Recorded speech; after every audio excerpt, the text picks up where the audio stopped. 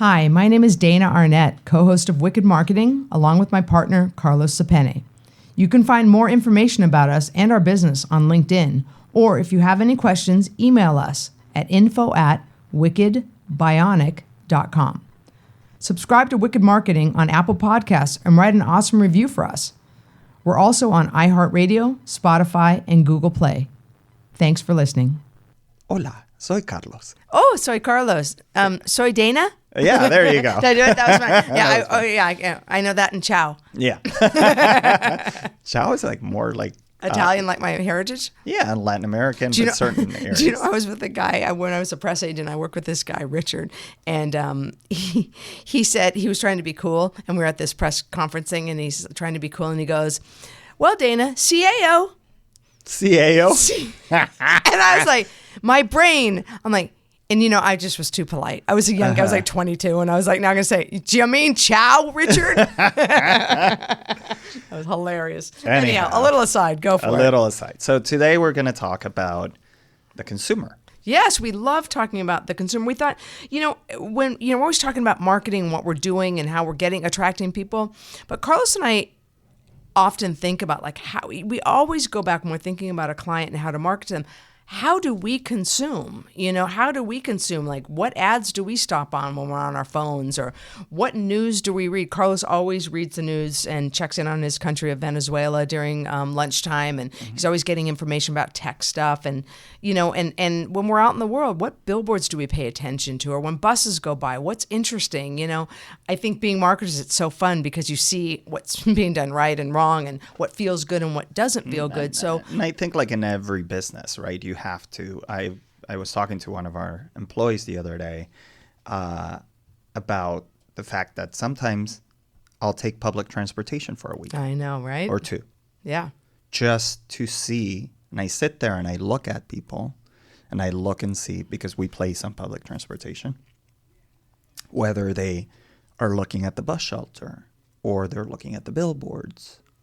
So you have to spend the time to understand your consumer. In our case, the consumer is everyone, right? Because it's different brands, different people. But I will go to a mall and I will be paying attention to which stores do people look at. Right. What are they looking at? When it's just a kiosk, are people coming to that barbershop kiosk, which is a cool thing in LA now? I want to say one thing that was so funny. We were thinking about advertising, or we actually did some advertising on rail, and somebody took a picture of it, and every single person underneath our sign that we had advertised on, their head was down looking at their phones. Yeah. And we looked at each other like, well, that's not helpful, So it's like you really have to observe to know. Yeah, how and people that's are not behaving. to say that we didn't do rail. We did rail again, but what we did was we made sure that the ads were placed on the sides of the door. And eye-catching, right? You had to look there, not you up. had to look there. Yeah. Right. So people in rail are antisocial in LA, maybe in other places. Because in the we're world. scared They're somebody's scared. going to hurt us. Yeah, so they look Especially down. when you're a but girl at night. when you're leaving the train, you have to look. Right. At Exactly the door, right. That's right. Right. So things like that you only learn by really paying attention, really going out there and being the consumer. That's right. So when you're thinking about your brand, and you may have a national brand, you may have a regional brand, you may have a local brand, you may be a coffee shop in the corner. Paying attention to your consumer is one of the most underrated and free services, marketing services, right. Marketing research services. That's right. That you can do. Looking at people that are, or companies in this case, that are effective at doing things. What are they doing? Right. How are they connecting? And not from the perspective of what their creative is. No. From the perspective of what it makes people feel. I want to tell you that I have watched more Netflix shows because our offices are right below UCLA, and there is a big billboard as we walk up from our parking garage into our complex that is a Netflix billboard. I have known about more Netflix shows. I have watched more Netflix shows. That could be anybody. That could have been anybody. It happens to be Netflix, but they are advertising to me every single day because I walk by that billboard, and every time they change it, I look up that new show. So it's like that kind of thing. It's like I know that that's what happens. And I know if it was somebody else, I would probably have the same reaction if it was something that I was interested in. Yeah. So when you're thinking about how am I going to connect with people, don't think about how you would connect with people. Think about how people connect with you, right? And that could be as simple as observation, right? It could be as simple as having consumers, if you have a local business, right? How do they see you? When you have a meeting with people, asking them, hey, how did you find me?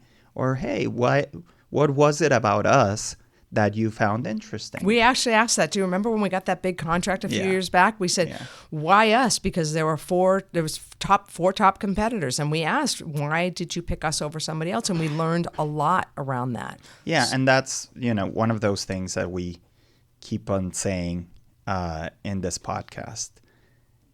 Ask people. People are more willing to help than you would ever think. Or provide They're information. more willing to give you information and be honest about it and say, you know what? We really want to know why you come to our coffee shop. Like, what is it that you enjoy the most about being here so that we can continue improving on that? But people will tell you. Totally. They'll tell you immediately. And sadly, they'll also tell you the no. But, if you hear that a particular negative over a period of time, it's something to be addressed. It's something to look at, Yeah, a lot of people will give you the negative, but there are those people. Right. If you know, and we know who our customers are that come all the time, and we know who engages with us, and we have customers that are mid-sized networks, large networks, like different size companies. And the question is different, right? Based on the size of the company. Right. Like, what is it about our services that helps you the most? And it's also a moment where you make them verbalize what it is about you that works for them.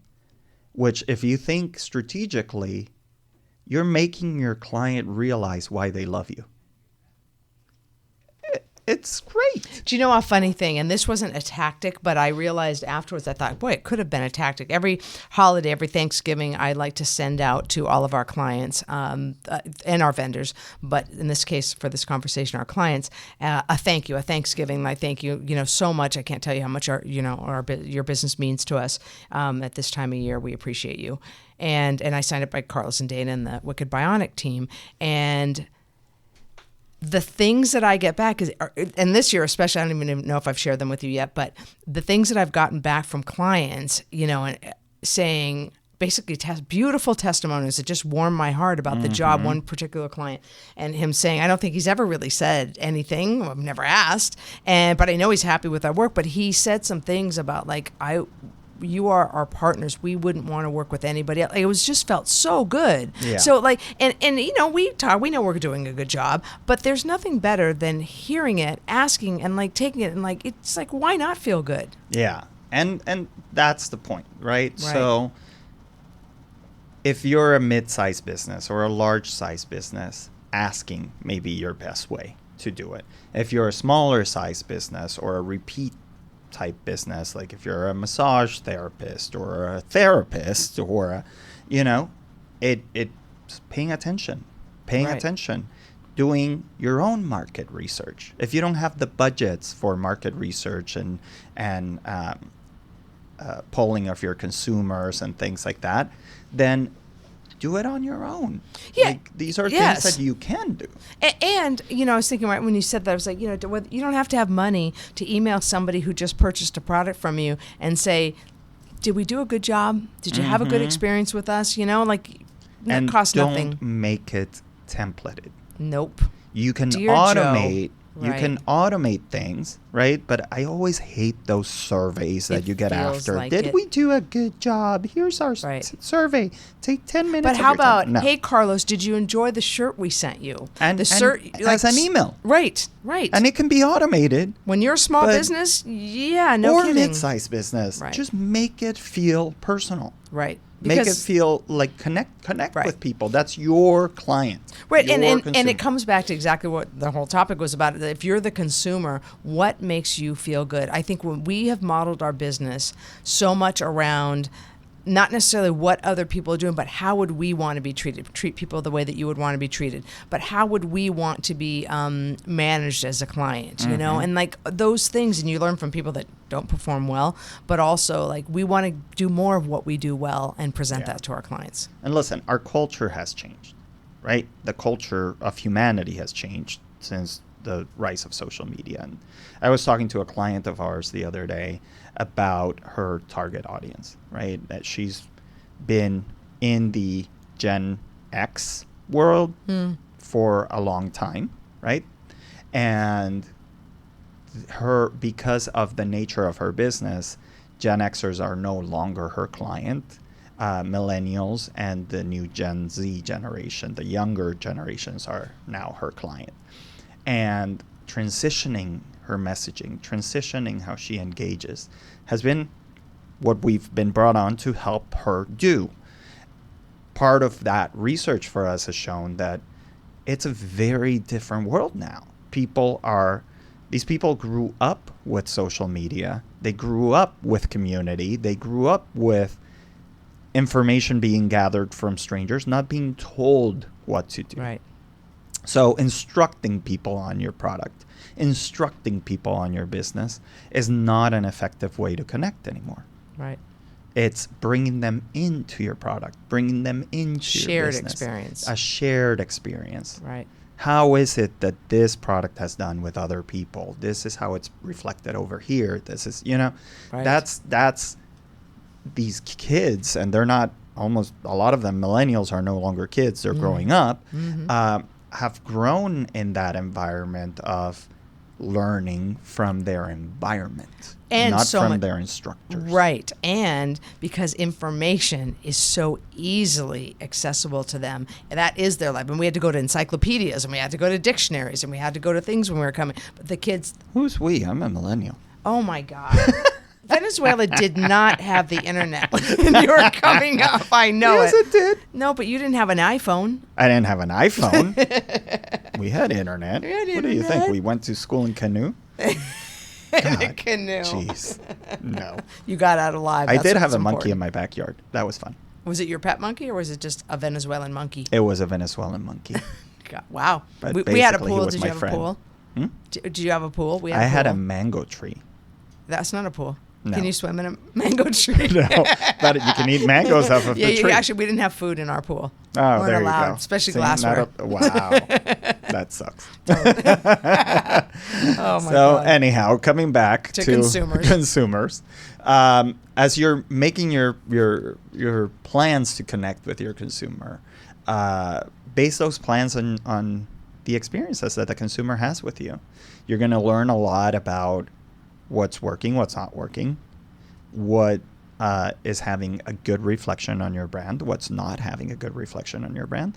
But also you're going to be able to make informed decisions about where you're spending your money when you're spending your money in Right. marketing, right?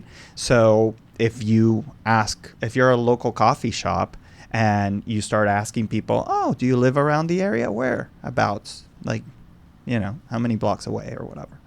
Then you can make a decision. If most of your people are foot traffic, Walking over, yeah. and they're walking over and they're 3 blocks away, then maybe putting an ad somewhere within that mile area or quarter mile area will be much more effective for you than putting it somewhere else in the city. Right. Right. So, yeah, you have to pay attention to what your surroundings are. Or if you're just a digital company, then you have to pay attention to what people are doing around you, or what people you want to attract, and what your product serves. What it serves, if it's clothes or whatever, vases. And being in line of sight of those people. Yeah, for sure. Being in line of sight with your messaging. And, we were talking, too, about when you're scrolling, you think about it on your phone and you're looking. I'm looking at, and there's so many ads now. I was looking at Facebook this morning. I'm like, oh, my God, there's so many things, because it's the holidays, rightfully so. Probably some of them are ours.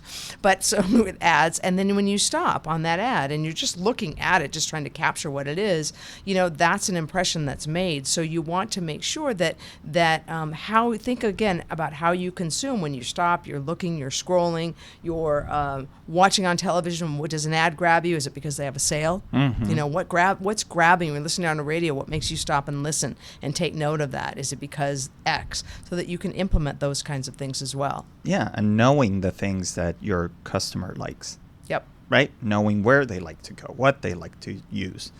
It's things that you can ask in conversation to people. For sure. So even if you're a mid-sized company, at the end of the day, the decision maker is one person or a group of people within a company, right? So let's say you're marketing to your one of your clients is Netflix, right? And you're meeting with their head of operations, right? And you have a chance to have a conversation with them, and you can go off topic to create connection. Right? So you can mention, oh, I was on Facebook the other day and I saw this ad for your company. It was great. I really love this show. Or in Dana's case, I see your billboard every day and I love it. If you are in conversation, they may bring in, oh my God, I'm always on Facebook. There you go. Mental note. Yep. Big client, always on Facebook. Market to Facebook. Yeah. Right? Or maybe, just because Dana's case works, if Netflix is your client, you may want to put a billboard outside the garage where their cars come out. That's right. So that you're persistently in front of them. Right? We have done that. We have done that in the certain people that we needed to see a certain client, and we have put billboards and buses going down the streets where those people live. Not because it's manipulative, but because why don't you want to get if you have the ability to get in the line of sight of people that are decision makers or important or need to be impressed or what, why not do it? Yeah. Why not do it? At the end of the day, it's about it being memorable, about them having an emotional connection with you, and about them feeling that you understand them. That's right. It's not about you. It's about them. Right. I know. Understanding your client, understanding their needs, providing a service that solves the needs, not providing a service that instructs them on what they have to do, but shares with them how you're the right solution for them. So think about that. Think about looking at your clients, looking at what they love, looking at how they get to you, where they are, where they like to be, and then focus your budgets, whether they're small, medium, or large, at reaching and engaging those people through those mediums in the way that they want to be reached. I think that was a really good summary. There you go. There you go. Well, hey, everybody. We'll talk to you next time. Thanks for listening. Thanks for listening. Thank you for listening today. Don't forget to subscribe to and share Wicked Marketing on Apple Podcasts and write an awesome review for us. We are also on iHeartRadio, Spotify, and Google Play. See you next time.